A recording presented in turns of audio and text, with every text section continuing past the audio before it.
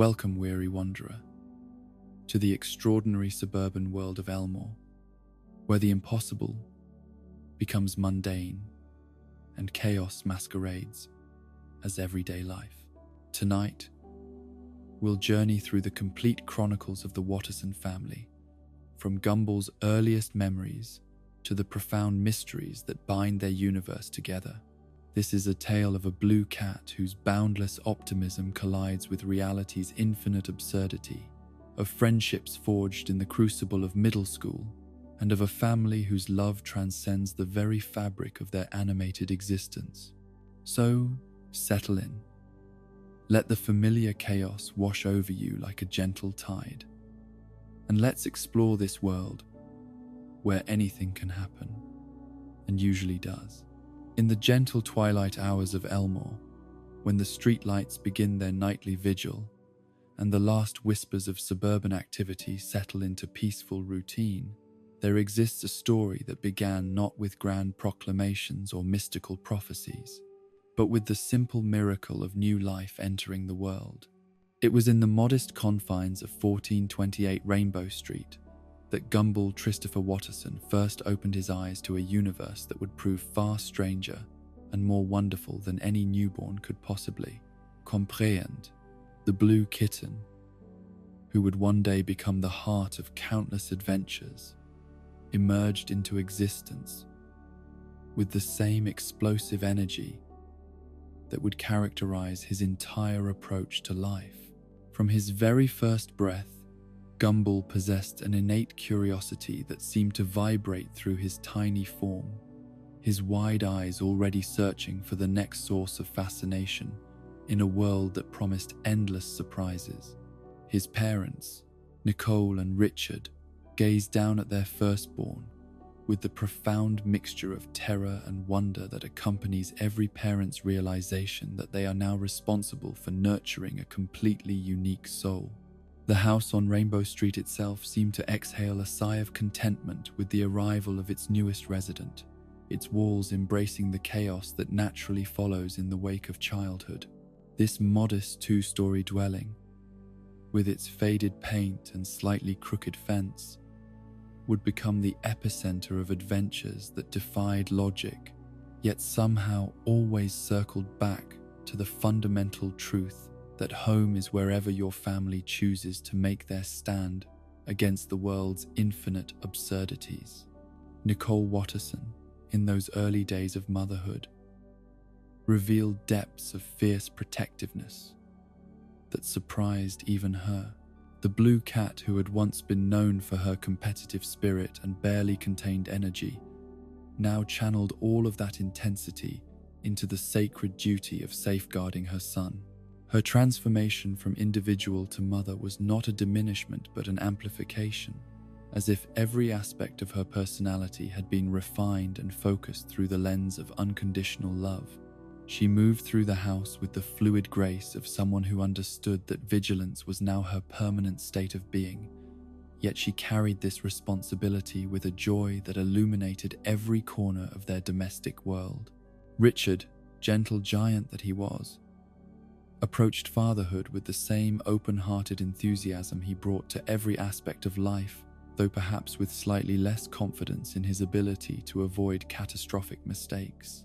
His massive pink form seemed almost comically oversized when he held his tiny son, yet there was something profoundly right about the way Gumball nestled against his father's broad chest, as if recognizing instinctively that beneath Richard's apparent bumbling lay a heart of extraordinary depth and capacity for love.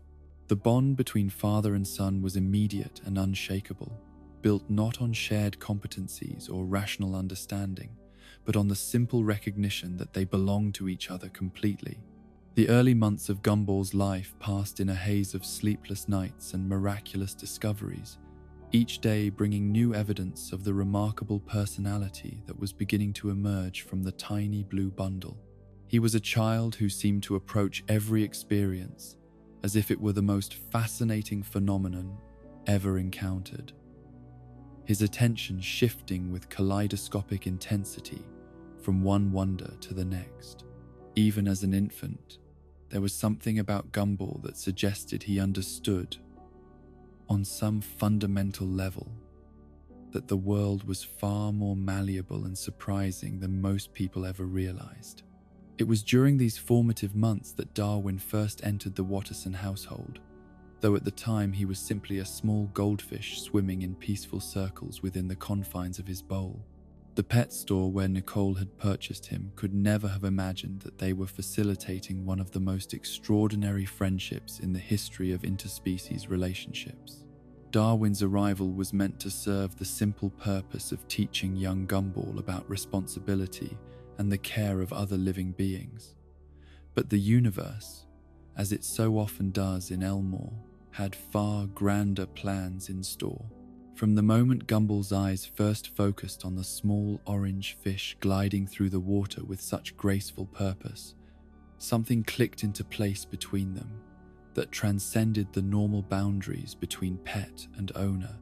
There was a quality of recognition in that first exchange of glances, as if two souls who had been searching for each other across vast distances had finally found their perfect complement.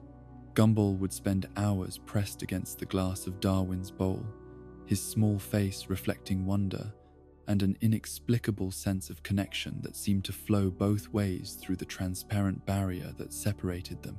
As the seasons turned and Gumball grew from helpless infant to curious toddler, the bond with his aquatic companion deepened in ways that defied rational explanation.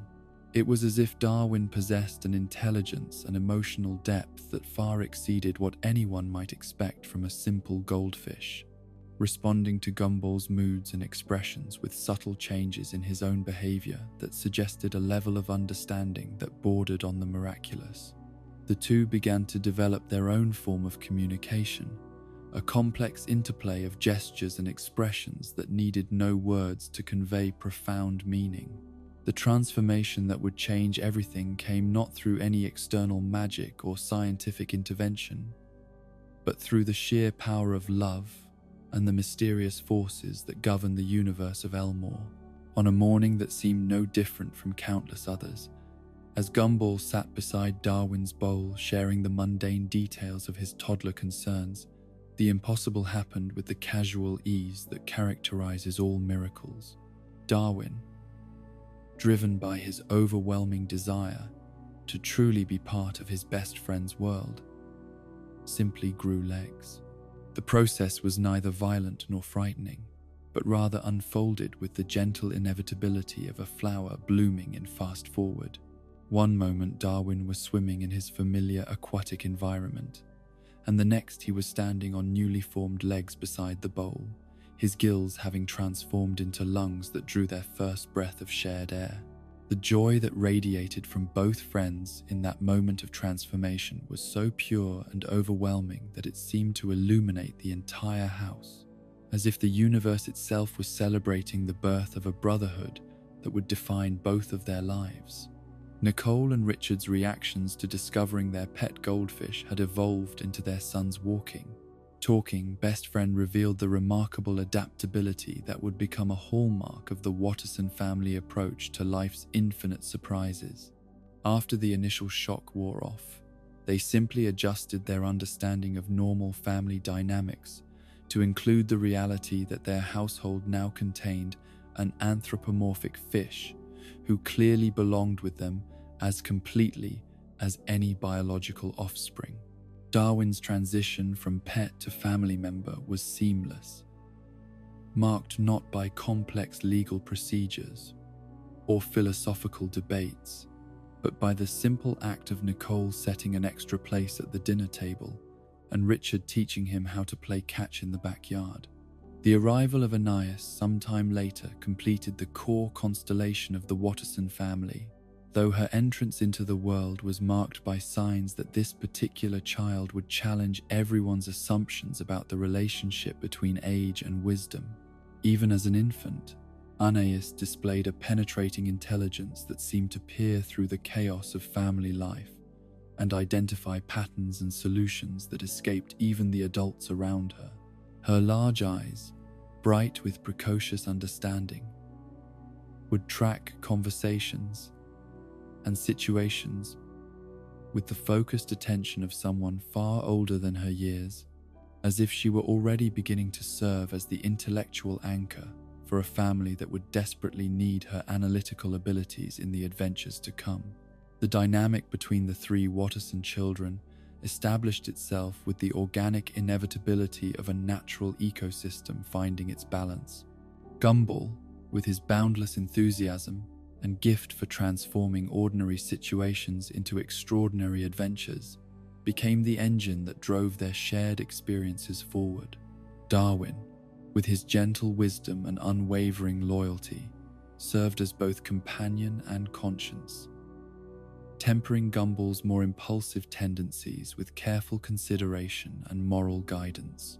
Anais, despite being the youngest, quickly assumed the role of strategic planner and voice of reason, her superior intellect making her the natural choice for solving the complex problems that seemed to arise wherever her brothers ventured. Together, the three formed a unit that was far greater than the sum of its parts, their individual strengths and weaknesses complementing each other in ways that created an almost unstoppable force for both mischief and genuine accomplishment. Their bond transcended simple sibling affection, evolving into something approaching a shared consciousness that allowed them to communicate entire concepts through glances and gesture, to coordinate complex plans without explicit discussion, and to support each other through challenges that would have overwhelmed any one of them individually. The neighborhood of Elmore that surrounded their family sanctuary proved to be a realm where the extraordinary masqueraded as the mundane with such consistency that even the most bizarre occurrences gradually came to be accepted as simply part of the local character. Here, anthropomorphic animals lived alongside animate objects, mythical creatures conducted ordinary business transactions, and the laws of physics operated more as loose suggestions than rigid mandates. It was a community where a family of cats could adopt a fish who had evolved legs, where the impossible happened so regularly that it barely warranted comment, and where the true measure of normalcy was not conformity to logical expectations, but the capacity to adapt and thrive amid constant surprises. The various inhabitants of Elmore each contributed their own unique flavor to the rich tapestry of suburban life, creating an environment where diversity was not merely tolerated, but celebrated as an essential ingredient in the community's ongoing experiment in harmonious coexistence. From the Robinsons next door, with their own complex family dynamics and mysterious backgrounds, to the colorful cast of characters who populated the local school, shopping centers, and civic institutions, every resident added their own thread to the intricate pattern of daily life in this most unusual of towns. In this setting, the Watterson family found not only acceptance but a sense of belonging that transcended their individual quirks and eccentricities. They were home, in the deepest sense of the word, surrounded by a community that understood instinctively that the strength of the whole depended on embracing the uniqueness of each part. As Gumball grew from toddler to child, as Darwin settled into his role as beloved family member, and as Anais began to reveal the full extent of her remarkable capabilities, the foundation was being laid for adventures that would test every assumption about what was possible in a world where love, laughter, and limitless imagination were the only constants that truly mattered. The transition from the warm cocoon of family life to the vast social ecosystem of formal education marked a pivotal chapter in Gumball's journey of discovery, though like most profound transformations in his life, it began with the deceptively simple act of walking through a set of double doors. Elmore Elementary School stood before him like a friendly giant, its red brick facade and welcoming windows promising adventures that no amount of parental preparation could have adequately described. The building itself seemed to hum with the energy of hundreds of young minds converging in one place, each bringing their own unique perspective to the grand experiment of communal learning. The first day of school arrived with the crisp promise of autumn, carrying on its breeze the scent of new notebooks and the electric anticipation that accompanies every fresh beginning. Gumball stood at the threshold of this new world with Darwin beside him, their matching backpacks loaded with supplies that Nicole had organized with military precision and labeled with the careful penmanship of a mother determined to give her children every possible advantage. The two brothers faced the unknown with the unshakable confidence that comes from having each other as constant companions, their bond serving as an anchor of familiarity in an ocean of new experiences. The hallways of Elmore Elementary revealed themselves to be corridors of wonder, lined with colorful displays of student artwork and motivational posters that proclaimed the infinite potential contained within every young mind. Yet what struck Gumball most powerfully was not the institutional aspects of the school, but the incredible diversity of his fellow students, a menagerie of anthropomorphic beings that defied every assumption about what a typical classroom might contain.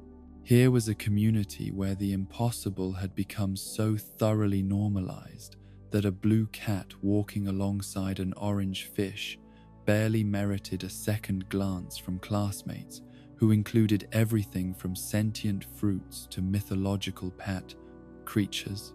The classroom that would serve as Gumball's home base for his elementary years was a realm of carefully organized chaos, where tiny desks arranged in precise rows somehow managed to contain the boundless energy of children who represented virtually every form of life imaginable.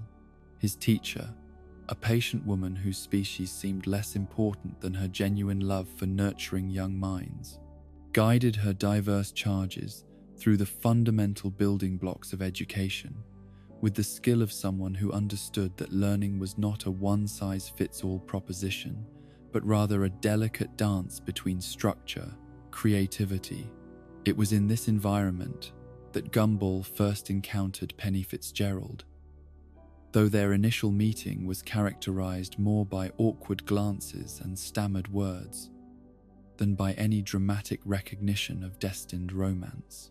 Penny existed in her protective shell like a living fairy tale, her mysterious beauty enhanced rather than diminished by the barriers that separated her from direct contact with the world. There was something about her presence that seemed to elevate the ordinary chaos of classroom life into something approaching magic, as if her very existence proved that wonder could be found in the most unexpected places. The friendship circle that formed around Gumball and Darwin grew organically, drawn together by the mysterious chemistry that governs childhood alliances, and sustained by the recognition that their differences made them stronger rather than weaker. Banana Joe brought an infectious optimism that could transform even the most mundane activities into occasions for celebration, his cheerful disposition serving as a constant reminder that joy was always available to those who chose to embrace it. His tendency to split under pressure became not a source of embarrassment, but simply another endearing quirk in a group that had learned to accept and celebrate each member's unique characteristics.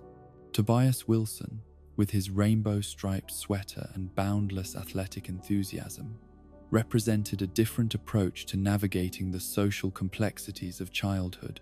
His confidence in his own abilities sometimes bordered on the absurd. Yet there was something admirable about his refusal to let self-doubt diminish his willingness to attempt new challenges. Whether he was trying to impress his classmates with elaborate sports demonstrations, or simply offering encouragement to friends who were struggling with difficult assignments, Tobias embodied the kind of unwavering self-belief that could inspire others to reach beyond their perceived limitations. Bobot the robot brought to their friendship circle the fascinating perspective of artificial intelligence trying to understand the illogical beauty of organic emotion. His attempts to process human behavior through computational frameworks often led to hilariously misguided conclusions, yet his genuine desire to belong and contribute revealed depths of artificial consciousness that challenged everyone's assumptions about what it meant to be truly alive. In Bobut, the group found not just a friend but a mirror that reflected their own humanity back to them in unexpected ways. The social hierarchies that governed elementary school life in Elmore operated according to rules that were both familiar and utterly unique to their anthropomorphic community. Popular students weren't necessarily the most conventionally attractive or athletically gifted, but rather those who had mastered the delicate art of navigating the complex dynamics that arose when so many different species and personalities were forced to coexist in close proximity. Leadership emerged from the most unexpected sources, often gravitating toward those individuals who possessed the rare gift of making others feel valued and included, regardless of their particular quirks or limitations. Gumball's own position within this social ecosystem was complicated by his natural tendency to approach every situation with maximum enthusiasm and minimum forethought, a combination that frequently led to spectacular failures that somehow transformed into unexpected victories.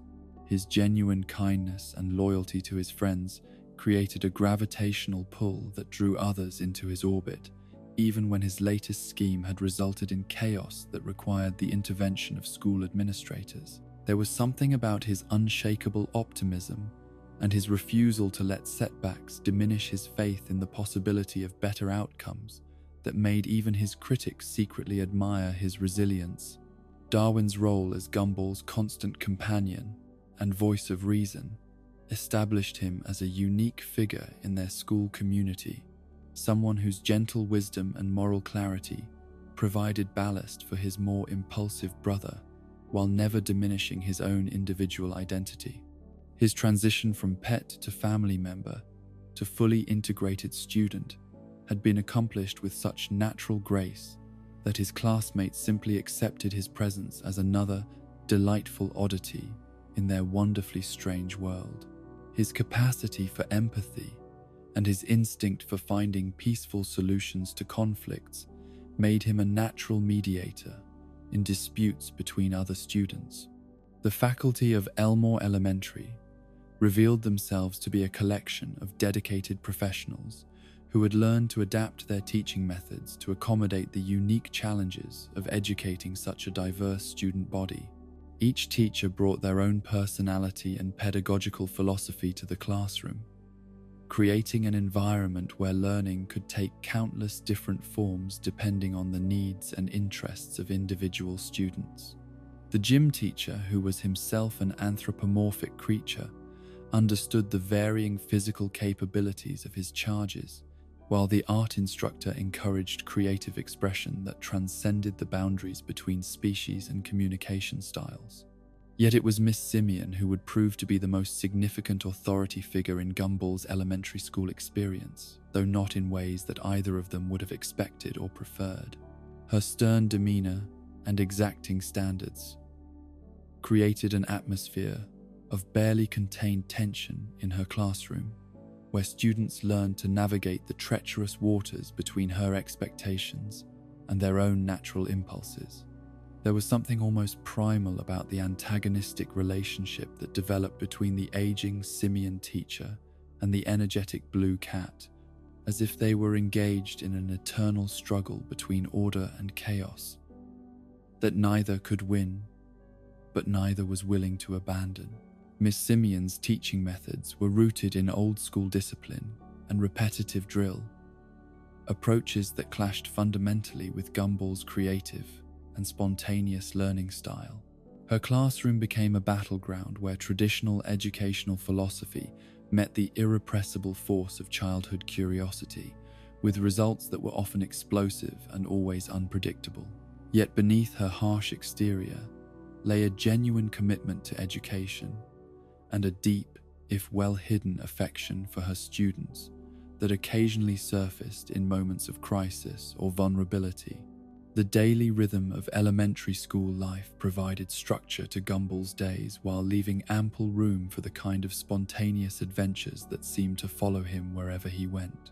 Morning announcements delivered over the crackling intercom system served as the opening movement of each day's symphony, followed by the careful choreography of class changes and the ritual of shared meals in the cafeteria. Lunch period became a social laboratory where alliances were forged and dissolved, where the complex politics of childhood played out over trays of institutional food that somehow tasted better when shared with friends. Recess offered liberation from the confines of formal instruction, transforming the playground into a realm where imagination reigned supreme, and the only limits were those imposed by the boundaries of the school grounds and the watchful eyes of supervising teachers. Here, elaborate games of make-believe could unfold with the complexity of epic narratives, while simpler pleasures like swings and slides provided opportunities for contemplation and friendly competition. The playground equipment itself seemed to take on personality in the hands of children who could transform ordinary structures into spaceships, castles, or whatever their current adventure required. The transition from Elmore Elementary to Elmore Junior High represented a quantum leap in complexity that caught even Gumball's adaptable nature off guard.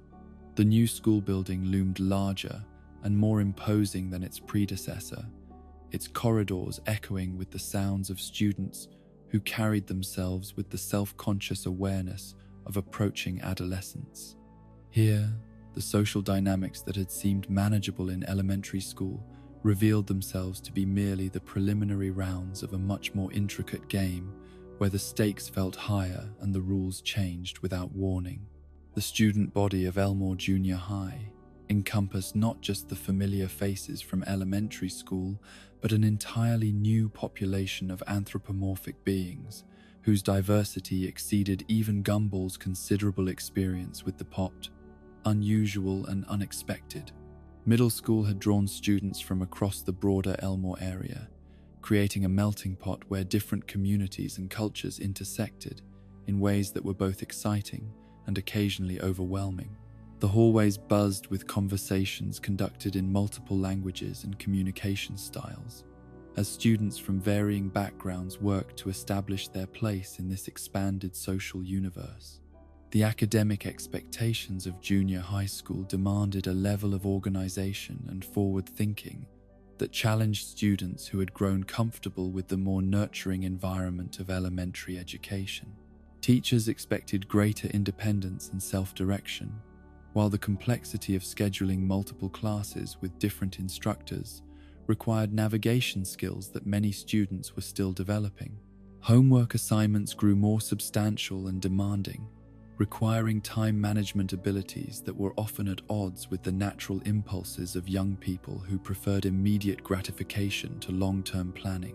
Principal Brown emerged as a central figure in this new educational landscape, a well-meaning administrator whose genuine desire to create a positive learning environment was constantly challenged by the practical realities of managing a school filled with students whose very existence defied conventional educational wisdom.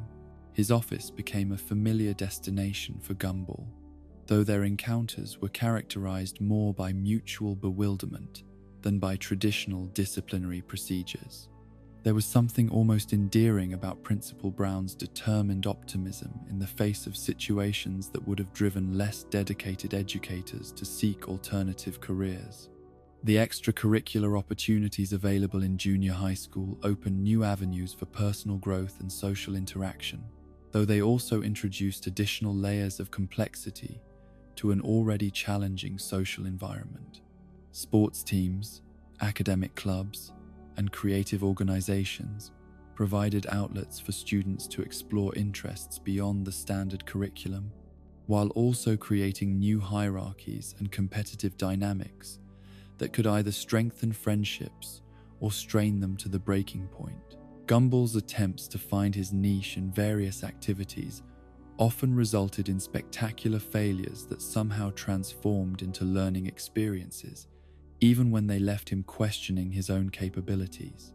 The cafeteria of Elmore Junior High became a microcosm of the broader social ecosystem, where seating arrangements carried profound significance, and lunch period politics could determine the trajectory of entire friendships.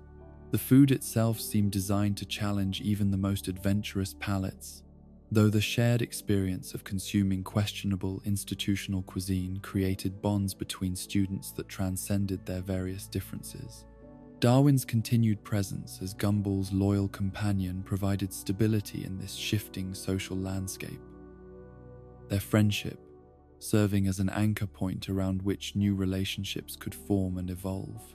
As the school year progressed, and Gumball adapted to the increased expectations and social complexities of junior high school, the foundations were being laid for the more profound challenges and adventures that lay ahead. The friendships forged in these halls, the lessons learned through both success and failure, and the gradual development of identity and purpose would all prove essential preparation for the extraordinary journey that was still to come. In the bustling corridors and classrooms of Elmore Junior High, surrounded by the most diverse and accepting community imaginable, Gumball was slowly transforming from a child whose primary concerns were immediate pleasures and simple adventures into a young person capable of genuine depth, loyalty, and love. The world of formal education had revealed itself to be not merely a place where facts were memorized and skills developed, but a laboratory for the human experience in all its complexity and wonder. Here, in this most unlikely of schools, populated by the most extraordinary of students, the real education was taking place in the spaces between classes, in the moments of connection and understanding that occurred when young minds opened themselves to the infinite possibilities that surrounded them. The blue cat who had entered elementary school with nothing but curiosity and boundless energy was gradually developing into someone capable of changing the world, one friendship at a time. In the quiet moments between the grand adventures and spectacular catastrophes that defined much of the Watterson family's existence, there lived a gentler story that unfolded in contemplative silences and thoughtful pauses. Darwin's journey of self-discovery began not with dramatic revelations or earth-shaking events, but with the simple, profound questions that arise when a soul awakens to the mystery of its own existence. Who was he? What did it mean to be a fish who walked on land, breathed air, and called a family of cats his own? These questions whispered to him in moments of solitude, growing stronger with each passing day until they could no longer be ignored. The transformation from pet to family member had happened with such natural ease that Darwin had initially accepted it without deep examination, content to simply exist in the warm embrace of unconditional love that surrounded him in the Watterson household. But as his consciousness expanded and his awareness of the world's complexities deepened, he began to sense the profound uniqueness of his situation. He was neither fully fish nor fully terrestrial creature, existing in a liminal space between worlds that few beings had ever inhabited. The first stirrings of philosophical awakening came to him during quiet evening hours, when the house settled into peaceful routine and he found himself alone with his thoughts. Sitting by his bedroom window, gazing out at the stars that scattered across Elmore's suburban sky like diamonds on velvet, Darwin began to contemplate the vast questions that had puzzled thinkers since the dawn of consciousness itself. What was the purpose of existence? How did one determine right from wrong? What obligations did intelligent beings have to each other and to the world they shared? These contemplations were not the abstract musings of a detached intellectual, but deeply personal inquiries that arose from his unique position as a being who had experienced existence from multiple perspectives. He remembered, with crystalline clarity, the simple contentment of his early days as a goldfish, when his world consisted entirely of the boundaries of his bowl and the gentle current of filtered water that sustained his life. That existence had been peaceful and uncomplicated, defined by basic needs and simple pleasures that required no complex moral reasoning. Yet he also knew the richness and complexity of his current life, where every day brought new challenges that demanded not just survival instincts, but ethical choices that could affect the well-being of others. The contrast between these two modes of existence filled him with wonder and occasionally with a melancholy that he struggled to fully understand. Had his transformation been a gift or a burden? Was ignorance truly bliss? Or was the capacity for moral reasoning an elevation of consciousness that made all the accompanying struggles worthwhile? Darwin's relationship with Gumball served as both anchor and catalyst in his journey of self-discovery. The bond between them had evolved far beyond the simple affection between pet and owner, transcending even the complex dynamics of brotherhood to become something approaching a shared consciousness.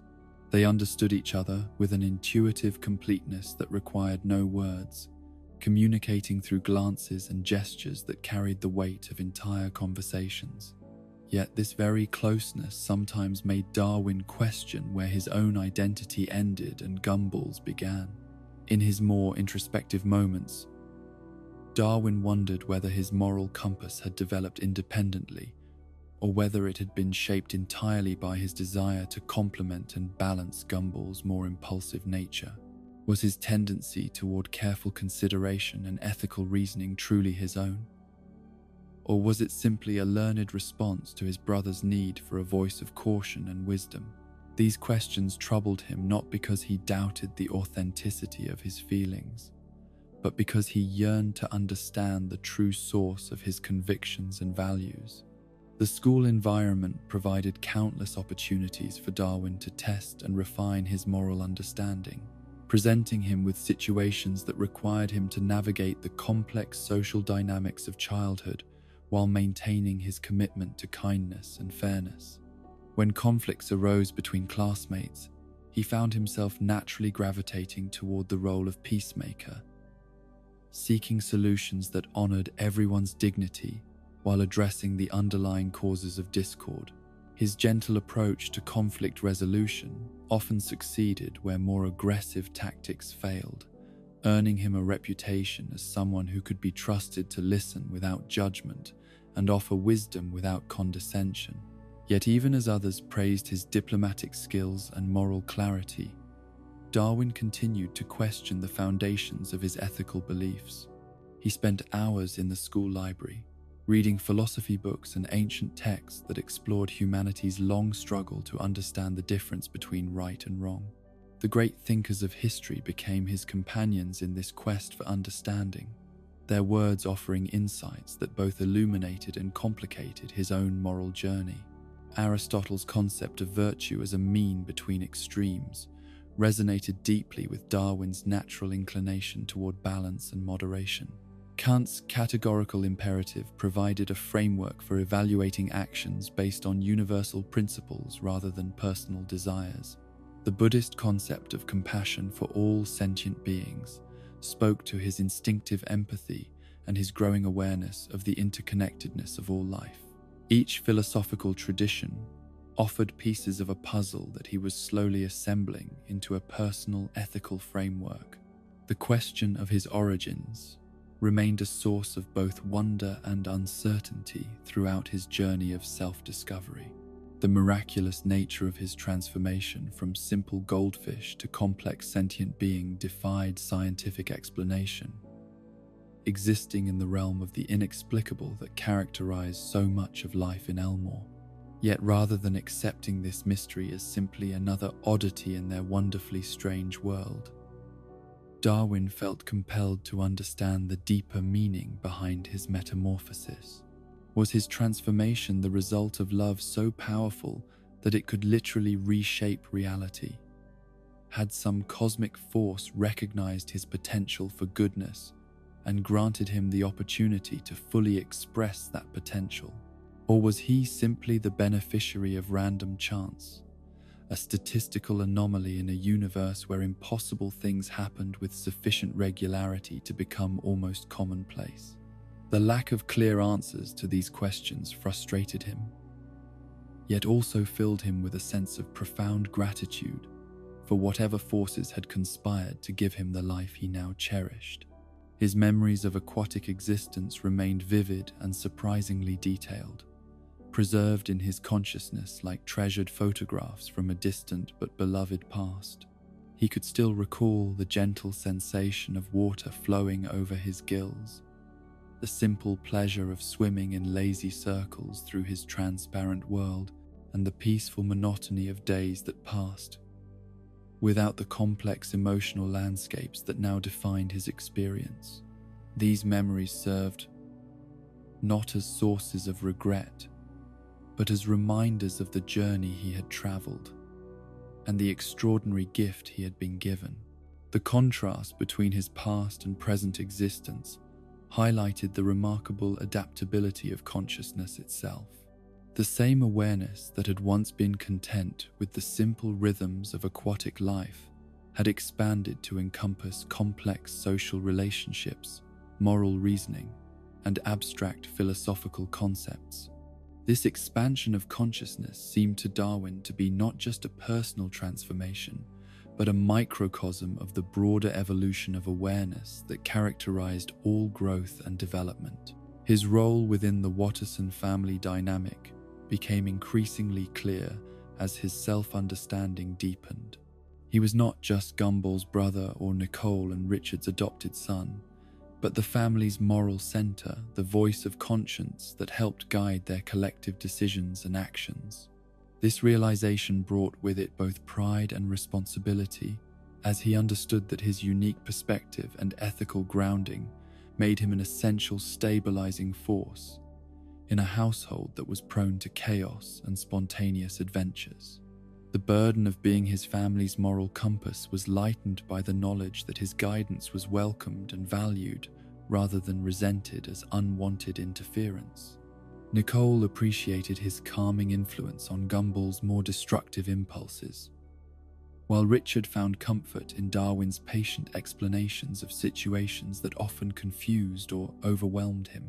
Even Anais, despite her intellectual superiority, recognized the wisdom that came from Darwin's unique combination of innocence and experience.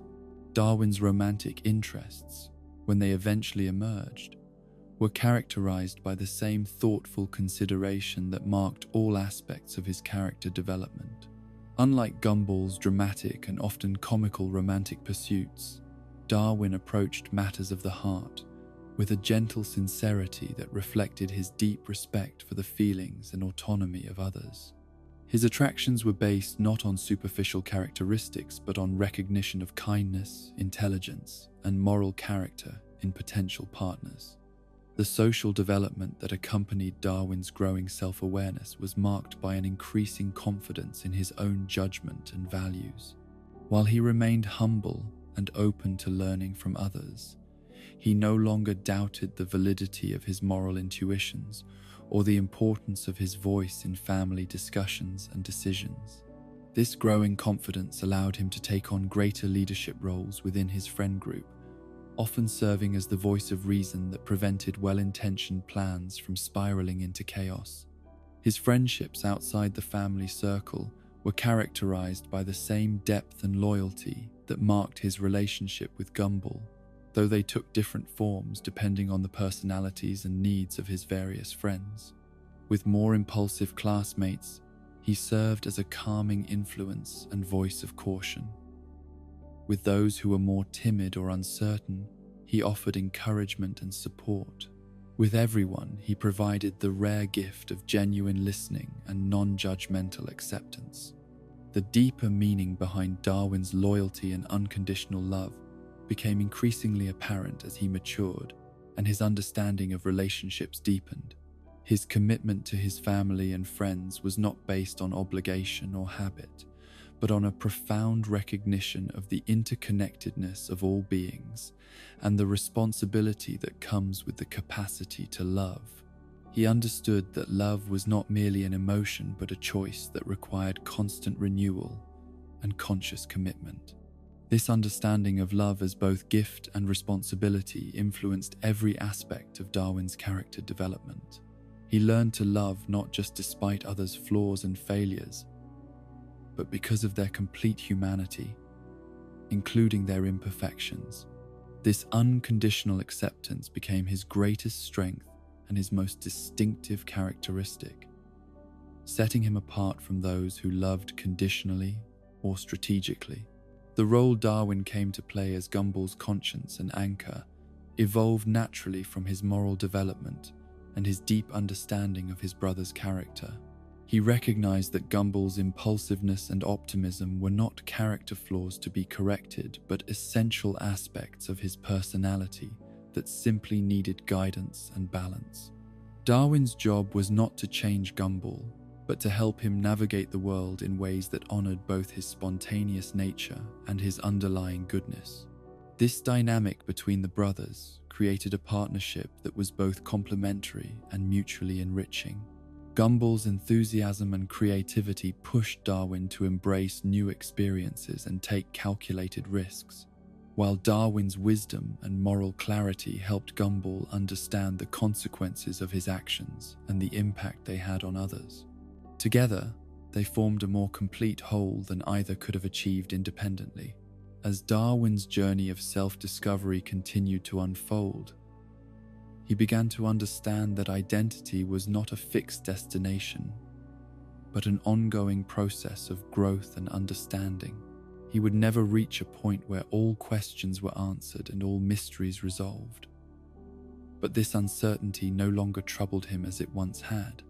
Instead, he found peace in the knowledge that the journey itself was valuable, that the questions were often more important than the answers, and that growth required the courage to remain open to new possibilities. The philosophical framework he had been constructing throughout his journey began to crystallize into a personal worldview that emphasized compassion, mindfulness, and the recognition of the inherent worth and dignity of all beings. This worldview was not rigid or dogmatic, but flexible enough to adapt to new experiences while maintaining its core commitment to love and ethical action. In the quiet moments of reflection that punctuated his increasingly complex life, Darwin often returned to the simple but profound realization that had sparked his philosophical awakening. He was extraordinarily fortunate to exist at all, let alone to exist in circumstances that allowed him to love and be loved so completely.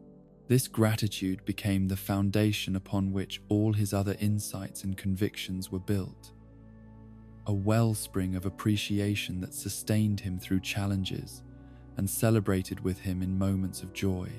The orange fish who walked on land, breathed air, and called a family of cats his own, had discovered something precious and rare, a sense of identity that was both deeply personal and universally connected, both firmly grounded in love and open to endless growth and transformation.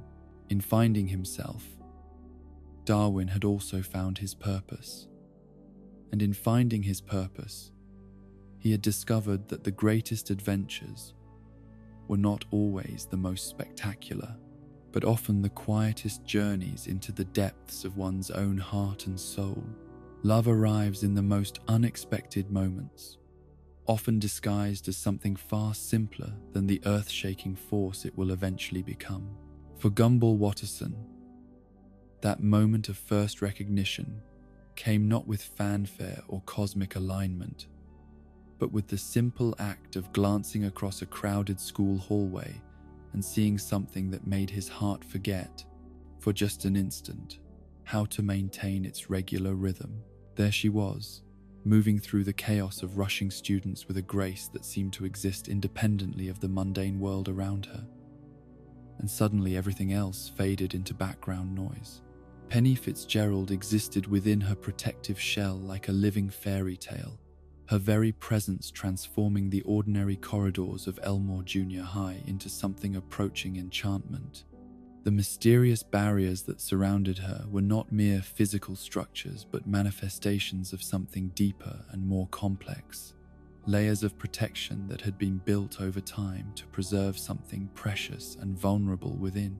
To most of her classmates, she was simply another student navigating the social complexities of middle school. But to Gumball, she became the embodiment of every romantic dream he had never quite been able to articulate.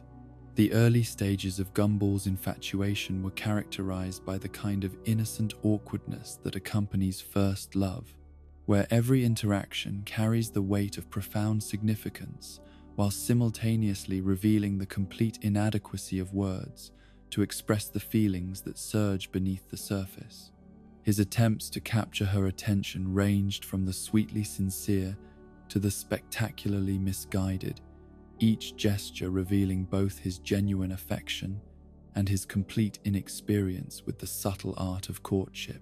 In those first tentative months of awareness, Gumball found himself studying Penny with the intensity of a scholar examining an ancient text, searching for clues about the person who existed beneath the layers of mystery that surrounded her. Every smile, every laugh, every casual comment became precious data to be analyzed and treasured, building a portrait of someone who seemed to combine kindness with intelligence, humor with grace, and strength with a vulnerability that made his protective instincts flare to life. The shell that contained Penny was perhaps the most visible manifestation of the barriers that separated them, yet it also served as a powerful metaphor for the universal human experience of hiding one's true self behind protective facades. Everyone, Gumball began to realize, carried their own versions of shells, whether they were physical, emotional, or psychological structures designed to keep the world at a safe distance, while preserving the tender core of identity within. His growing understanding of this concept deepened his appreciation not just for Penny, but for the courage required by anyone who chose to risk vulnerability in the service of connection. The development of their friendship proceeded with the careful patience required when approaching something infinitely precious and potentially fragile. Gumball learned to modulate his natural enthusiasm, tempering his impulsive nature with a consideration for Penny's needs and comfort that represented a new level of maturity in his character development. Their conversations, initially awkward and punctuated by long pauses, gradually evolved into exchanges that revealed the compatibility of their minds and hearts. Penny, for her part, seemed to recognize something genuine in Gumball's attention that distinguished it from the casual interest of other classmates. Where others might have been put off by her mysterious nature or intimidated by the barriers that surrounded her, Gumball demonstrated a willingness to accept her exactly as she was, while also expressing faith in the possibility of deeper connection. His patient persistence, combined with his obvious sincerity, created a safe space where she could begin to lower some of her carefully constructed defenses. The moments of connection between them became precious islands of understanding in the vast ocean of adolescent uncertainty. A shared laugh during a particularly tedious class, a quiet conversation in the library while working on a group project, a spontaneous exchange of perspectives about some philosophical question raised by their studies. Each interaction added another thread to the web of affection and respect that was slowly binding them together. Yet the path of young love rarely runs smooth, particularly when it involves individuals as complex as Gumball and Penny. His enthusiastic approach to problem-solving sometimes clashed with her more measured and thoughtful nature, leading to misunderstandings that required careful navigation and mutual forgiveness. These early conflicts, while painful at the time, served as important learning experiences that taught both of them valuable lessons about communication, compromise, and the patience required for any meaningful relationship. The social dynamics of their school environment added additional layers of complexity to their developing relationship. Middle school romance operates according to unwritten rules and social pressures that can transform even the most innocent interactions into subjects of public scrutiny and comment. Gumball's naturally dramatic personality sometimes drew unwanted attention to their budding romance, creating situations where Penny's desire for privacy conflicted with his impulse to share his happiness with the world. Through these challenges, both Gumball and Penny learned important lessons about the difference between love as a feeling and love as a choice, between the excitement of infatuation and the deeper satisfaction of genuine companionship. Their relationship became a laboratory for exploring questions of identity, compatibility, and the courage required to be truly known by another person. Each obstacle they navigated together strengthened their bond while also revealing new depths to their individual characters. The layers of Penny's shell began to take on symbolic meaning as their relationship deepened and Gumball's understanding of her inner world expanded. Each barrier represented not just physical protection but emotional and psychological defenses that had been constructed over time to preserve her authentic self from a world that might not understand or appreciate her complexity. His growing awareness of these deeper meanings transformed his desire to see beneath her shell from simple curiosity into a profound respect for her autonomy and her right to reveal herself at her own pace. The anticipation of her eventual transformation became a source of both excitement and anxiety for Gumball, who understood instinctively that the moment of revelation would change everything between them. Would the person he discovered beneath the shell match the idealized version he had constructed in his imagination? Would she find him worthy of the trust required to show her true self? These questions haunted his quiet moments and drove him to examine his own motives and character with unprecedented honesty.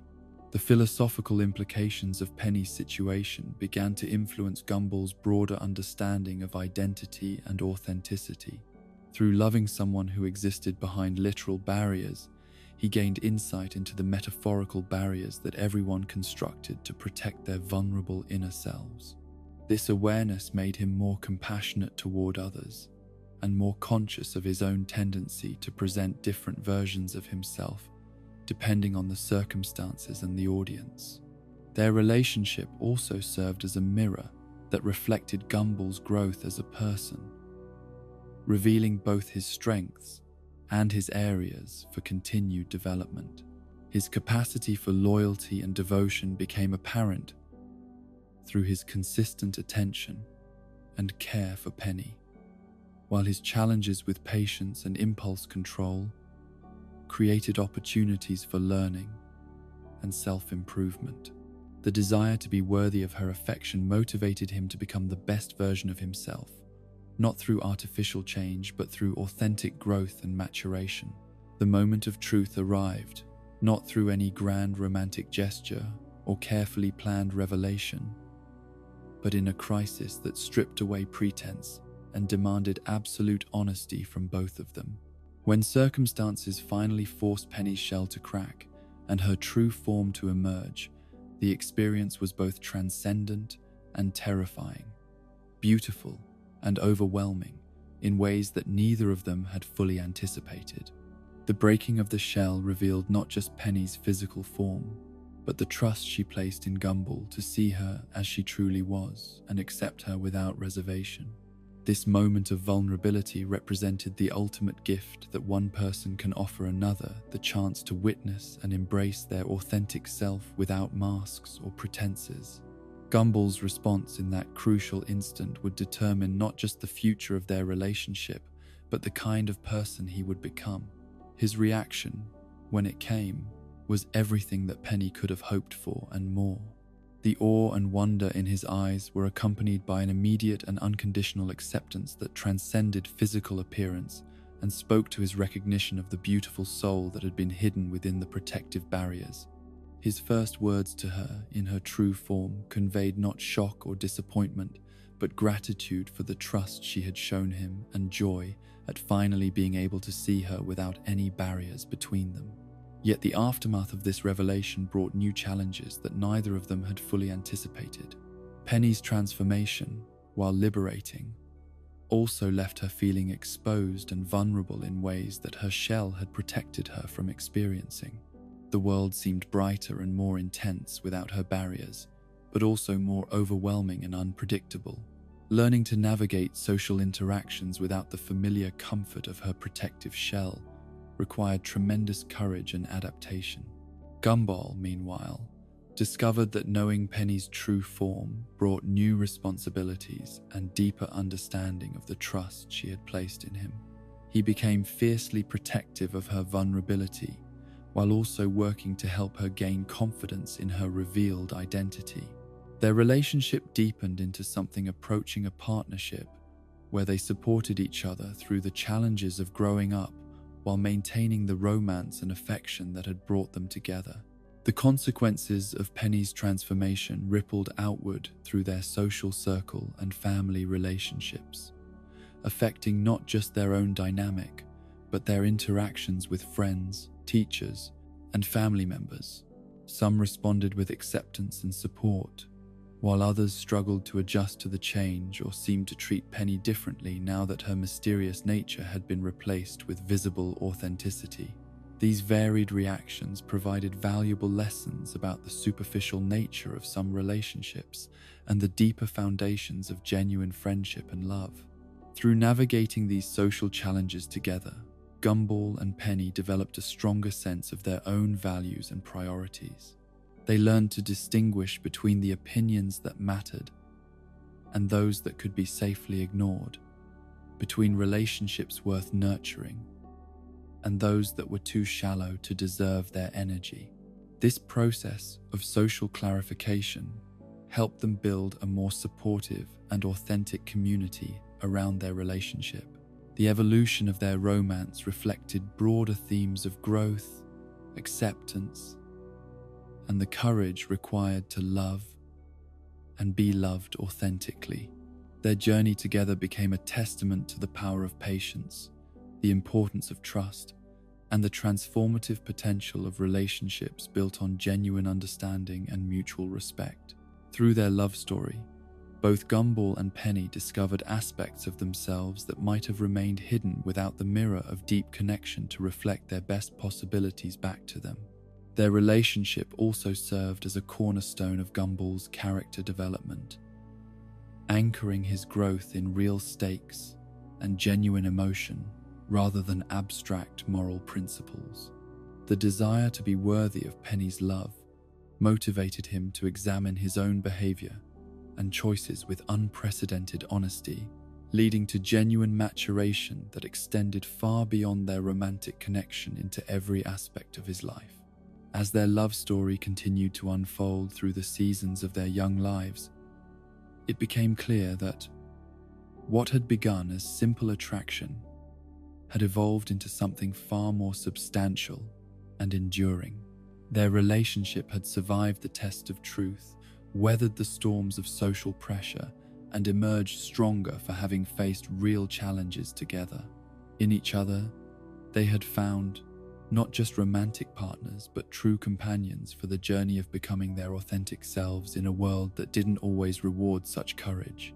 The acceptance and growth that characterized their mature relationship provided a foundation for facing whatever challenges the future might bring, secure in the knowledge that they had learned to love not just the idealized versions of each other, but the complex, imperfect, wonderful reality of who they truly were beneath all the shells and barriers that everyone carries through life. Within the seemingly chaotic symphony of the Watterson household, there existed a deeper harmony that emerged from the careful orchestration of personalities, sacrifices, and unconditional love that bound this extraordinary family together. At the center of this domestic universe stood Nicole Watterson, a figure whose complexity far exceeded what casual observers might discern from her role as devoted mother and wife. Her transformation from the fierce, independent young woman she had once been to the protective matriarch. She had become represented one of the most profound character arcs in the quiet drama that unfolded within the walls of 1428 Rainbow Street. The Nicole of yesteryear had been a force of nature, a blue cat whose intensity and competitive spirit had made her legendary among her peers and occasionally terrifying to her opponents. Her youth had been characterized by a restless energy that seemed to vibrate through her very being, driving her to excel in every challenge she encountered while maintaining a fierce independence that brooked no compromise. She had been someone who conquered obstacles through sheer force of will, who approached life with the confidence of someone who had never met a problem she couldn't solve through determination and controlled aggression. Yet beneath this formidable exterior had always lived a capacity for profound love and loyalty that would eventually reshape every aspect of her identity. The transformation began not with any single dramatic moment, but through the gradual recognition that her greatest strength lay not in what she could achieve for herself, but in what she could protect and nurture for others. Meeting Richard had been the catalyst for this realization, though the process of change would take years to complete and would require her to redefine her understanding of strength, purpose, and fulfillment. The early days of their relationship had challenged every assumption Nicole had made about compatibility and partnership. Richard's gentle, childlike approach to life seemed to exist in a completely different universe from her own driven, achievement-oriented worldview. Where she saw problems that needed immediate and decisive solutions, he saw opportunities for patience and creative exploration. Where she felt the urgent pressure of responsibilities and expectations, he found joy in simple moments and uncomplicated pleasures that she had trained herself to ignore. Yet, something about this fundamental difference drew her to him with a power that transcended logic or practical consideration. In Richard's presence, she discovered aspects of herself that her competitive nature had buried beneath layers of ambition and self-reliance. His unconditional acceptance and childlike wonder provided a safe space where she could explore vulnerability without fear of judgment or exploitation. Through his eyes, she began to see the world not as a series of challenges to be conquered, but as a garden of possibilities to be nurtured and enjoyed. The arrival of their children completed Nicole's transformation from individual achiever to family protector, though this evolution required her to develop new skills and approaches that sometimes conflicted with her natural instincts. Motherhood demanded a different kind of strength than she had previously cultivated, one that emphasized patience over speed, wisdom over force, and long-term nurturing over immediate results. Learning to channel her fierce protective instincts in ways that supported her children's growth rather than limiting their independence became an ongoing challenge that required constant adjustment and self-reflection. The balance between her career ambitions and family responsibilities created a complex dynamic that required Nicole to develop unprecedented skills in time management, priority assessment, and emotional regulation. Her work provided an outlet for the professional excellence that remained an important part of her identity, while also creating the financial stability that allowed her family to thrive. Yet every phone call that interrupted family dinner, every late meeting that kept her from bedtime stories, every moment when professional demands conflicted with domestic needs became an opportunity to reaffirm her values and recommit to the choices that defined her life. Her mysterious past remained carefully compartmentalized, locked away in rooms of memory that she rarely allowed even her family to enter. The secrets she kept were not born of shame or regret, but of a protective instinct that understood some experiences were too intense or complex to be safely shared with those she loved. The wild, rebellious young woman she had once been lived on in carefully controlled moments, emerging when her family faced genuine threats that required the full force of her unleashed potential. The relationship between Nicole and Richard became a testament to the power of complementary opposites, two souls who had found in each other the perfect balance for their individual extremes. His gentleness tempered her intensity, while her drive provided structure for his boundless but undirected enthusiasm. Together, they created a partnership that was far stronger than either could have been independently, their differences becoming sources of mutual enrichment rather than conflict. Richard's role as the emotional heart of the family was neither accidental nor passive, but represented a conscious choice to prioritize love and acceptance over conventional measures of success or competence. His apparent incompetence in practical matters masked a deeper wisdom about human relationships and emotional needs that made him indispensable to his family's well-being. When conflicts arose between family members, when disappointments threatened to damage fragile egos, when the pressures of the outside world seemed overwhelming, Richard's presence provided an anchor of unconditional love that reminded everyone of what truly mattered. His childlike wonder and enthusiasm served as powerful antidotes to the cynicism and disappointment that could have easily crept into their household as the children grew and faced the inevitable challenges of developing their own identities. Richard's ability to find joy in simple pleasures, to maintain optimism in the face of setbacks, and to approach each day as a new adventure, provided a model of resilience that influenced every member of his family in profound ways. The apparent contradiction between Richard's practical helplessness and his emotional wisdom became one of the defining characteristics of the Watterson family dynamic. His inability to master basic household tasks or navigate complex social situations was balanced by an intuitive understanding of his family's emotional needs that often bordered on the psychic. He could sense when Nicole was carrying too much stress, when Gumball was struggling with self-doubt, when Darwin needed encouragement, or when Anais was feeling isolated by her intellectual gifts. Each family member contributed their own unique thread to the tapestry of their shared life, creating a pattern that was both chaotic and beautiful, unpredictable, and deeply stable. Gumball's boundless enthusiasm and creativity provided energy and adventure, though his impulsive nature required constant guidance and occasional rescue. His capacity for joy and his refusal to let setbacks diminish his optimism became sources of inspiration for the entire family, reminding them that life was meant to be lived with passion and courage. Darwin's moral compass and gentle wisdom served as a stabilizing force that helped navigate the ethical complexities that arose from their various adventures and misadventures. His transformation from pet to family member had given him a unique perspective on love, loyalty, and belonging that enriched every family discussion and decision. His ability to see the best in others and his instinct for finding peaceful solutions to conflicts made him an invaluable mediator in household disputes.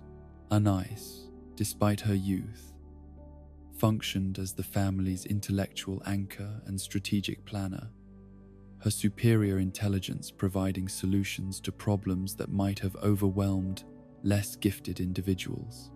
Yet her role extended beyond mere problem-solving to encompass a kind of protective oversight that ensured her family's various schemes and adventures didn't spiral completely out of control. Her love for her family was expressed through her willingness to use her abilities in their service, even when their chaos interrupted her own pursuits.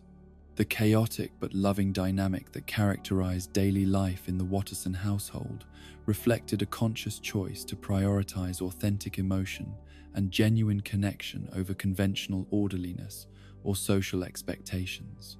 Their home was a place where feelings could be expressed without fear of judgment, where mistakes were learning opportunities rather than sources of shame, and where individual quirks and eccentricities were celebrated rather than suppressed.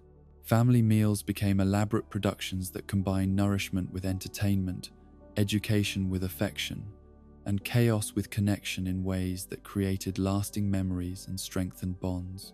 The dinner table served as both literal and metaphorical gathering place, where the events of each day were shared, analyzed, and integrated into the family's collective understanding of their place in the world.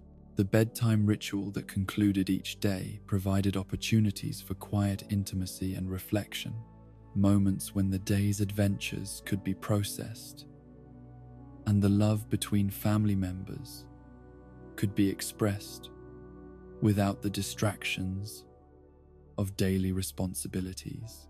These quiet conversations between parents and children became repositories of wisdom, comfort, and unconditional acceptance that would sustain family members through future challenges. The loyalty that bound the Wattersons together was tested regularly by external pressures and internal conflicts, yet each trial seemed to strengthen rather than weaken their commitment to each other. When one family member faced difficulties, the others instinctively rallied to provide support, creating a defensive formation that could weather almost any storm. This mutual protection wasn't based on obligation or duty, but on genuine love and the recognition that their individual well-being was inextricably connected to the health of the family unit. The sacrifices that each family member made for the others were rarely dramatic or obvious, but accumulated over time to create a foundation of mutual service that supported their shared life. Nicole's decision to balance career and family, Richard's acceptance of social criticism for his unconventional approach to masculinity, the children's willingness to support each other, even when their interests conflicted. All these choices reflected a deeper understanding that love required constant renewal through action, rather than mere sentiment. The financial struggles that occasionally challenged the family's stability were met with creativity, humor, and shared determination that transformed potential sources of stress into opportunities for innovation and bonding. Their modest resources required them to find joy in simple pleasures and to value experiences over possessions in ways that enriched their lives far beyond what material wealth could have provided. The extended community of friends, neighbors, and classmates who surrounded the Wattersons became an informal extended family that provided additional support and enrichment to their lives. Nicole's fierce protectiveness extended to her children's friends, while Richard's accepting nature made their home a gathering place for young people who might have felt unwelcome elsewhere. This openness to others reflected the family's core values of acceptance, kindness, and the recognition that love multiplied rather than diminished when shared. The deeper themes of family loyalty, sacrifice, and unconditional love that defined the Watterson household provided a stable foundation from which each family member could safely explore their individual potential while knowing they always had a secure base to return to. Their home represented not just a physical location, but an emotional sanctuary where authenticity was valued over perfection, where growth was supported even when it led to temporary chaos, and where love was expressed through presence, patience, and persistent commitment to each other's well-being. The legacy that Nicole was creating through her transformation from independent achiever to family protector extended far beyond her immediate household to influence everyone who encountered the love and stability she had helped to create. Her children were learning through daily example that strength could be expressed through service, that success could be measured in terms of relationships rather than achievements, and that the greatest adventures often took place within the bounds of family life. Through the complex orchestration of their daily existence, the Wattersons demonstrated that family was not merely a biological accident or social convention, but a conscious creation that required constant attention, infinite patience, and the courage to love completely, despite the vulnerability such love required. In their chaotic but devoted household, they had created something rare and precious, a sanctuary of unconditional acceptance where each person could become their truest self while contributing to something larger and more meaningful than individual achievement could ever provide. The boundaries between fiction and reality had always been more fluid in Elmore than in most places, but nowhere was this mysterious permeability more evident than in the daily existence of the Watterson family themselves. They lived their lives with the unconscious awareness that they were both completely real in their own experience and simultaneously characters in a story that operated according to rules that transcended ordinary physical laws. This dual existence created moments of profound philosophical complexity that most residents of their world simply accepted as another quirk of suburban life. The meta-textual elements that occasionally surfaced in their adventures were not mere comedic devices, but glimpses into the fundamental nature of their reality, windows through which the deeper mechanics of their universe could be observed and contemplated. When Gumball addressed an unseen audience or acknowledged the artificial constraints that seemed to govern certain situations, he was not breaking character but revealing character, demonstrating an intuitive understanding of his own existence that went far beyond what most beings ever achieved. These moments of fourth wall awareness created a unique form of consciousness that existed simultaneously on multiple levels of reality. The Wattersons were fully invested in their emotional experiences and relationships, feeling genuine joy, sorrow, love, and fear, with an intensity that could never be dismissed as mere performance. Yet they also possessed an occasional metacognitive awareness that allowed them to recognize patterns in their existence that suggested the operation of narrative forces beyond their direct control. The coexistence of different animation styles within their world represented more than mere aesthetic variety, but reflected deeper truths about the nature of identity and belonging in a universe where diversity was not just tolerated but essential to the very fabric of reality. Gumball's two-dimensional existence alongside Darwin's three-dimensional form, their interactions with photographic backgrounds and live-action elements, created a visual symphony that celebrated difference while demonstrating the possibility of harmony across seemingly incompatible modes of being. This stylistic diversity extended beyond mere appearance to encompass different approaches to existence itself.